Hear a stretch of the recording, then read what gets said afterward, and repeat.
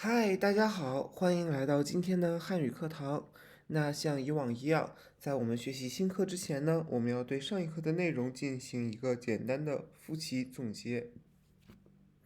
So as usual, before we start a new lesson, we are going to do a short overview of what we have learned in the last lesson. The first one is to differentiate two vocabularies, 赞美 and 表扬。赞美 and 表扬. So both of them express the idea of to praise. However, the first difference is that you can 表扬 only somebody, meaning the following item after 表扬 should be somebody. It cannot be anything. But 赞美 you can 赞美 either a person or a thing.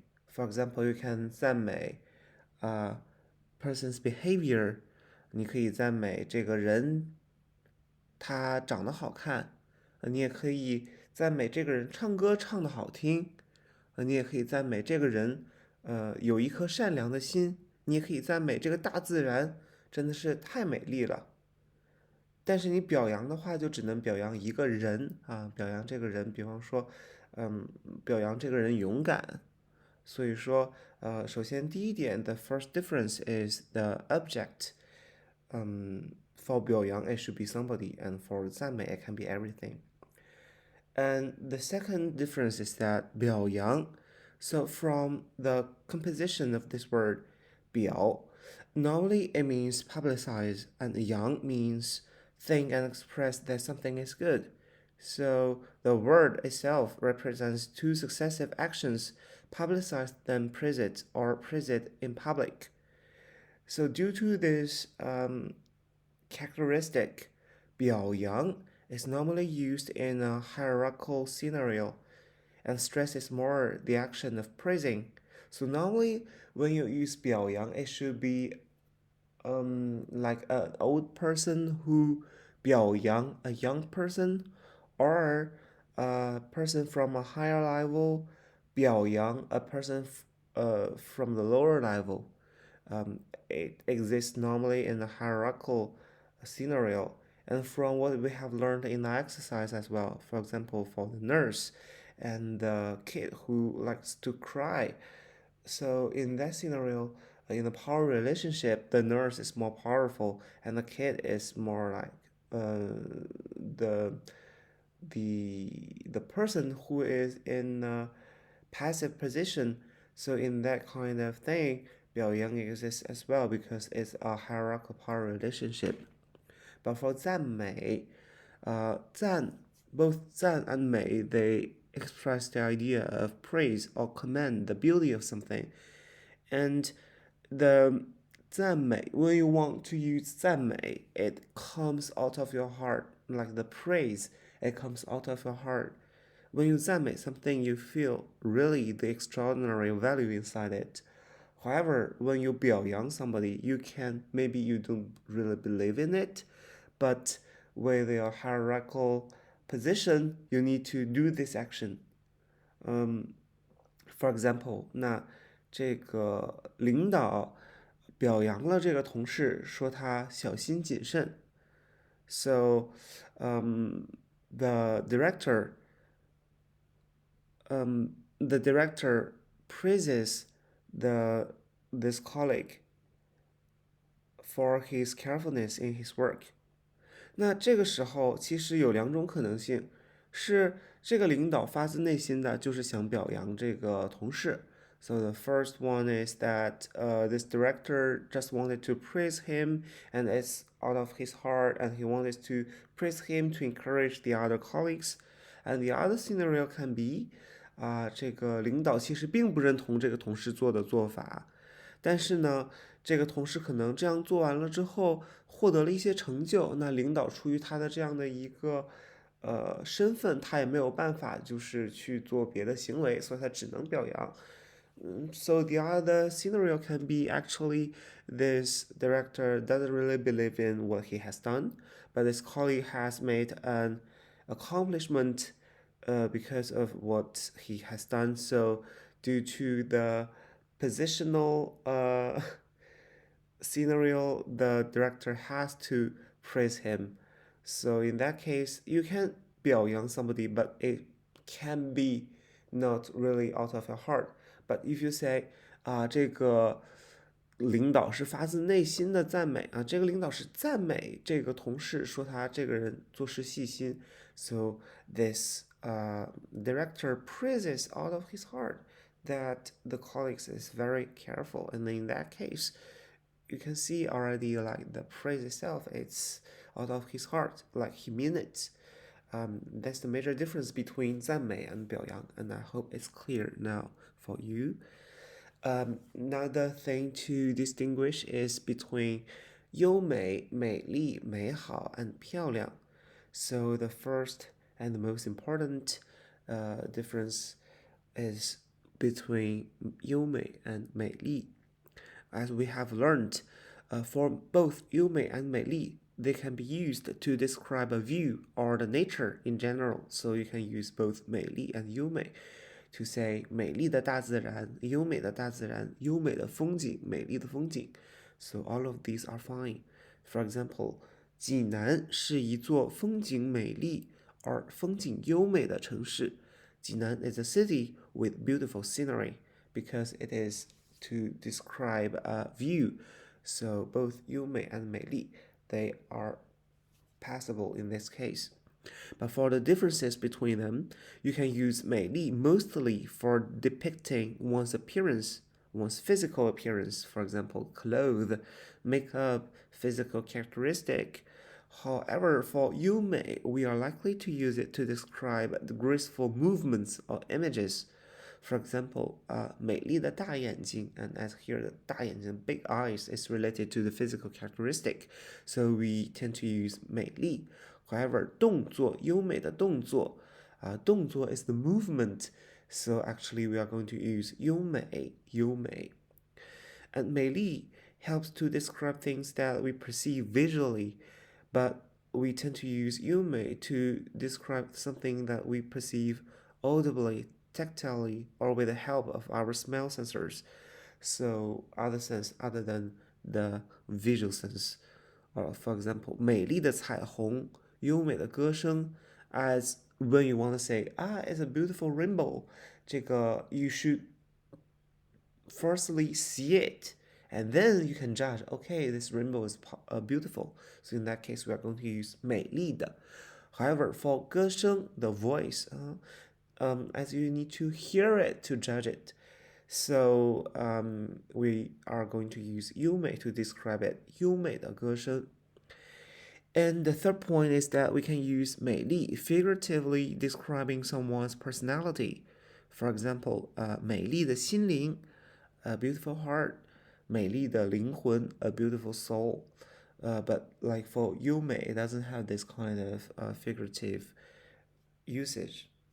And for 优美, we can use it to describe the style of an artifact. For example, 这件工艺品造型优美. And for this usage, I just recommend you to remember this example. 只要提到了这个 artifacts 提到了它的这个 style 造型，那这个时候大家记住要用优美就好了。那关于美丽、美好和漂亮之间的区别呢？They all express the idea of beautiful, and they kind of describe the physical characteristics of something, but there are some differences. For example, 美丽 is normally followed by a noun that exists in a certain form, which can be visualized. For example, 美丽的祖国, my beautiful country, 美丽的衣服, a beautiful cloth, 美丽的花朵, a beautiful flower. So all these objects, they can exist in a real form, and you can see it. So in that case, you're going to use 美丽.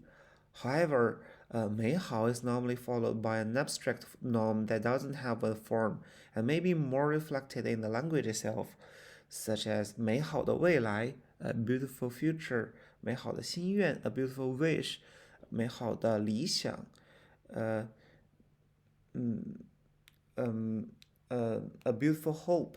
那在这种情况下呢，出于这种就是因为它是一个抽象的概念，它不是一个具体的概念，那所以我们更倾向于去使用美好而不是美丽。And for 漂亮, it mainly refers to the good-looking appearance and stresses the visual feeling. It is normally not used to describe abstract nouns. 那漂亮的话，其实一般也都是去形容这个人本身的一个呃外表的一个情况，它不太会去用来形容一个抽象的名词。So this is the difference between 漂亮 and 美好。美好 can be used to describe an abstract noun, but 漂亮 cannot be used in this way. And for 漂亮 and 美丽, after 美丽 you see like 祖国衣服花朵, it's like the physical characteristic of a country, a flower, a cloth. It can be something. However, 漂亮 is normally be used to to describe the good-looking appearance. It's more appearance-size. 那你说这个美丽的衣服，你也可以说漂亮的衣服 because it's from the appearance of the clothes itself. However, like for 美丽的祖国, we tend not to say 漂亮的祖国 because 美丽的祖国 is more like it can be reflected in every aspects. It can be from the good-looking side, the physical appearance side, but it can also be like the people living in this country. They are all kind. So in that case, it's not merely good-looking appearance. So we tend to use 美丽的祖国, not 漂亮的祖国. And another usage of 漂亮 is that it can be used to describe a mission which is well accomplished or an article which is well written. For example, 这个任务完成的很漂亮，这个文章写的漂亮。这个大家只要记住这个两个例句就好了。And the next one is 起来. For 起来, we have learned there are three usages. The first usage is to use it as a direction complement. And the structure for it is you use verb plus 起来. So in that case, 起来 is used to express an upward movement. As it is said, it's direction complement. So the direction here is up. So as in the English examples of stand up or pick up. For example, 他跳起来接球 he jumped up to catch the ball. 请大家站起来 everyone please stand up. 捡起来 pick it up from the floor. 那这个是第一种用法，作为一个就是方向性的补语起来。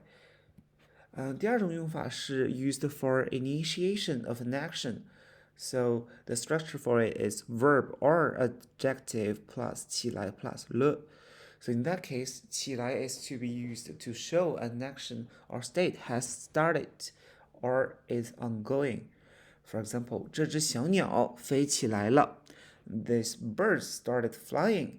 天气热起来了. It's getting hot.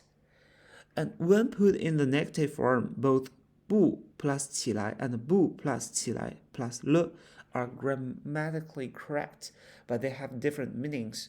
For example, 这只小鸟飞不起来. This bird cannot fly. 这只小鸟飞不起来了. This bird cannot fly anymore. So in that case, while adding a le here, it means this bird was able to fly before, but now it cannot fly anymore. It's actually not related to 起来, it's more related to le.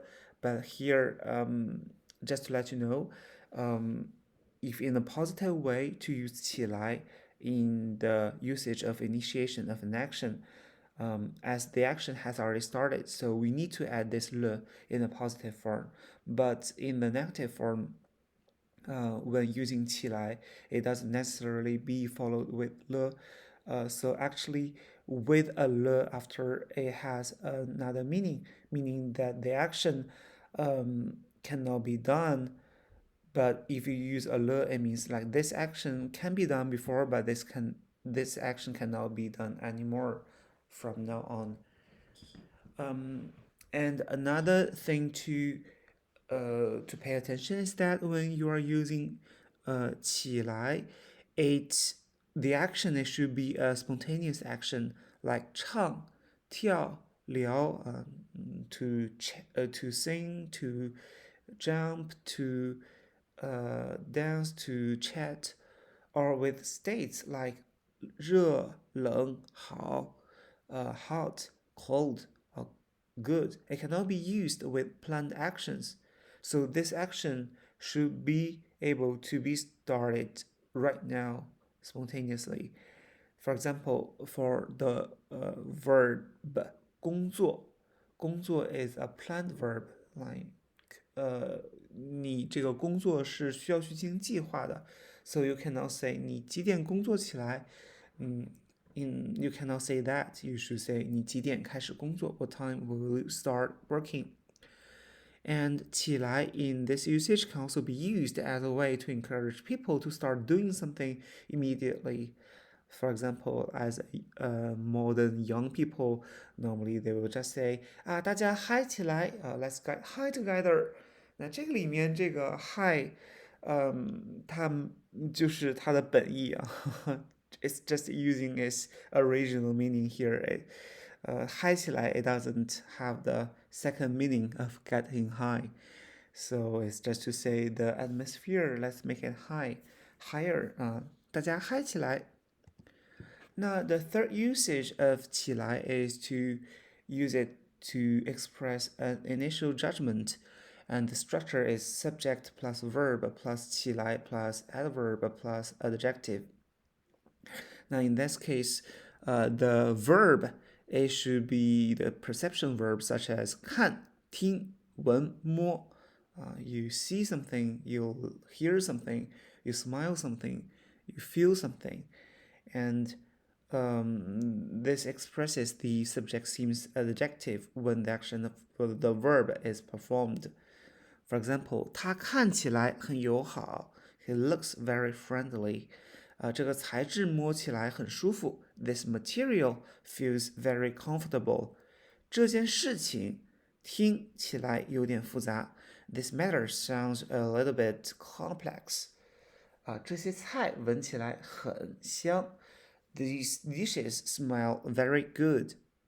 那这个里面的这个adverb 也不是说一定必须的 It is not a necessary component. It's just like when you need to use an adverb to describe 这个 adjective.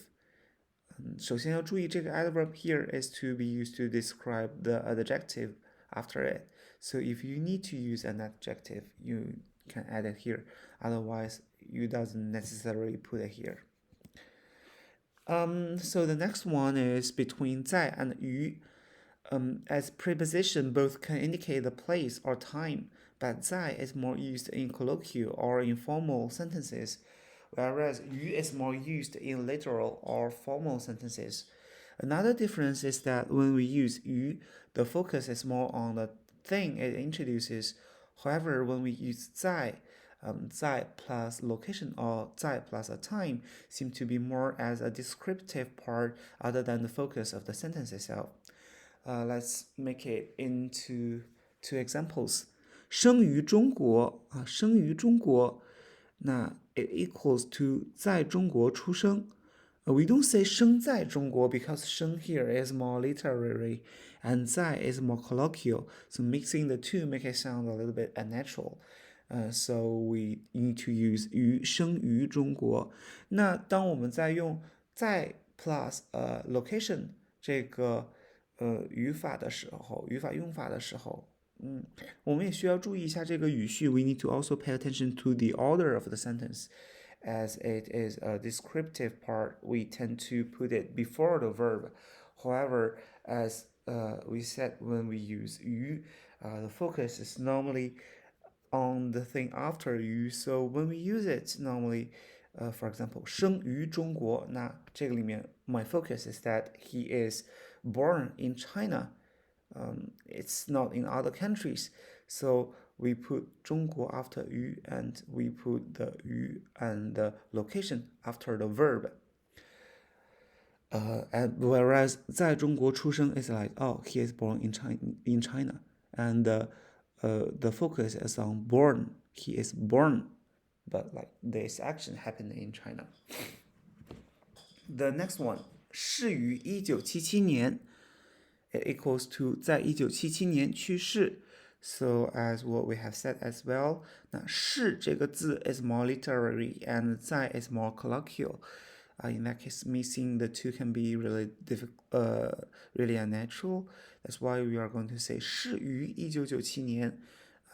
那这个里面，again 就是它的这个 focus 是在这个时间上面，1997年。那当我们用在 plus timing，这种情况 it's more like a descript part and it's used before the verb. And 于 is more often used in ancient Chinese. In modern language, we tend to use more 在 to indicate locations or timing. But as I said, for 于 in some formal scenarios, we are still going to use 于. For example, this negotiation meeting will be organized in our meeting room. 那这个谈判会议还将于我们的会议室召开。这个里面这个将于我们的会议室召开，这个里面也是 focus is on the location itself, and when we use 于 it's put in a very formal way. The next one is about 光。光 we know the usage of 光 as a noun, it means the light. However, it also has the usage of adjective, which means 一点不剩 used up or with nothing left. For example, 2星期过去了，他们的钱都用光了。2 weeks passed and they run out of their money. 他把整块蛋糕都吃光了。He has eaten up the whole cake. So in this usage, you can put simply the verb and plus 光 and plus 了, talking about something has already done and there's nothing left. And the combination can be 吃光 so eat all, 喝光 drink all, 用光 use all, 花光 spend all. 那这个里面，比方说花光所有的钱 spend all their money, 花光所有的时间 spend all their time, 对吧？那我们也提过有一个就是根据这个意思来的一个词叫光盘行动an action that also use this usage of 光盘行动。光盘那就是 empty the plate. So 光盘行动 is a campaign which encourages people to empty the plate and not to have savings on their plates. 光盘行动。As a final part, we are going to do a short overview of the vocabularies that we have learned in the last lesson. So it's not the extensive list of the vocabularies, but these words are the most important. At least you need to know the meanings. So as an adjective, we have learned 悠久悠久的 long-standing. For example, long-standing customs 悠久的习俗。long-standing history 悠久的历史。Next one 善良 kind 形容一个人的心灵善良 kind heart. Next one 优美这个我们提过了，这个形容一个风景优美的风光beautiful scenery 优美的动作beautiful movement 优美的歌声beautiful voice. 接下来独特的 unique.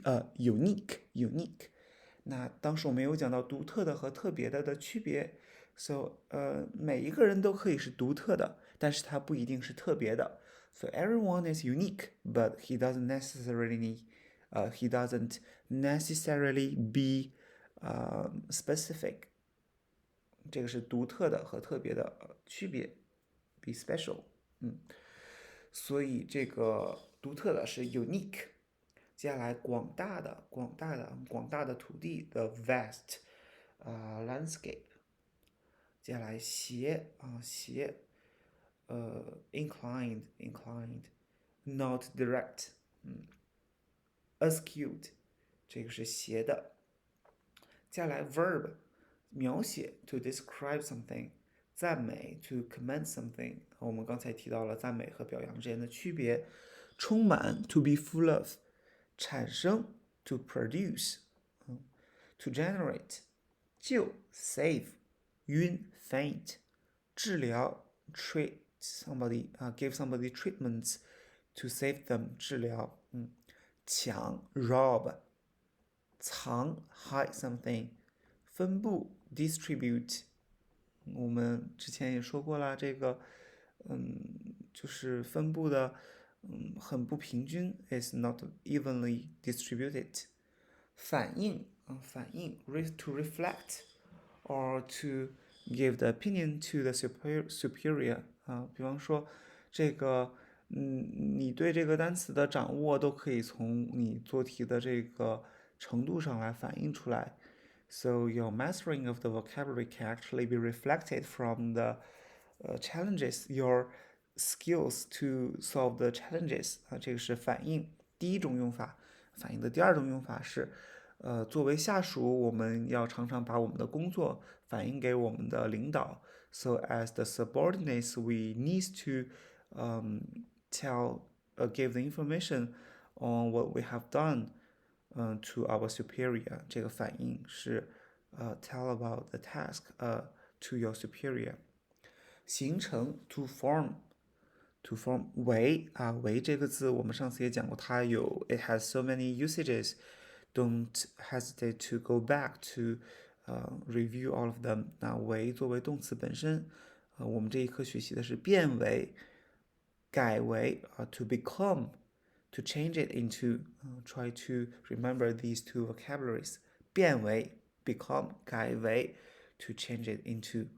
碰come across， 挡 block， 冲 rush。 那名词我们有学过文字 character， 形状 form， 诗 poem， 老百姓 the people the general public， 感激 gratitude， 传说 legend， 龙 dragon， 湖 kettle， 区 region， 表面 surface， 角度 angle perspective。 And as conjunction we have learned 从而 therefore, and as adverb we have learned 如今 nowadays。 And pay attention to the difference between nowadays 如今 and 现在。如今 can be used to indicate a period of time. However, 现在 can be used both for a period of time and a time point。 这个现在当下 immediately。 For preposition we have learned 于我们也讲到了于和在之间的一些区别。 And for the numeral we have learned 一 which is 100,000 100 million 一。 So this is all for the review for the last lesson. I hope it's clear for you now. If you have any questions regarding the vocabularies, don't hesitate to go back to the learning materials to acquire the basic knowledge of them. And if you still have any questions, don't hesitate to ask me about that in the evening class. So I will see you in the next lesson. See you later.